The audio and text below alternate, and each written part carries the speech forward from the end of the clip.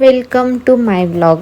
आज आम्ही चाललो आहे दोघंजण छत्रपती संभाजीनगरमध्ये आणि आम्ही उठलो होतो सकाळी 5 वाजता. तर आम्ही रेडी वगैरे होऊन आम्हाला वाजले आहे 6:30. ऑलमोस्ट 6:30 वाजता आम्ही निघलेलो आहे आणि पाऊस थेंब थेंब थोडा चालू होता सकाळी सकाळी. पण कुछ नहीं, अपन कार में जा रहे तो बारिश से कुछ फर्क नहीं पड़ता. तर आपण आपल्या नगरातून निघलो आहे वाकडच्या टर्नलमधून आता आपण जात आहे आणि आपण लवकर जाऊया आता छत्रपती संभाजीनगरमध्ये. तर आपण टर्नल पार केलेला आहे.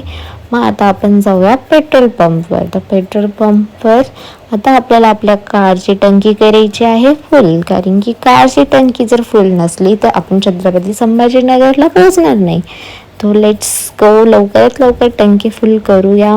मग टंकी फुल करायचं चालू आहे आणि मी त्याचं करते आहे रेकॉर्ड, की जी टंकी फुल करताय ते बरोबर करताय की नाही. मग आपली टंकी फुल झाली आहे.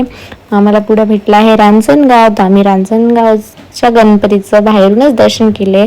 मग पुढं आम्हाला दिसलं होतं एक नवनाथ हॉटेल. मग त्या हॉटेलमध्ये आम्ही थांबलो आहे आणि तिथं आम्ही घेतले मिसळ पाव आणि वडा रस्सा. मग आमचं ते खाऊन झालं आहे.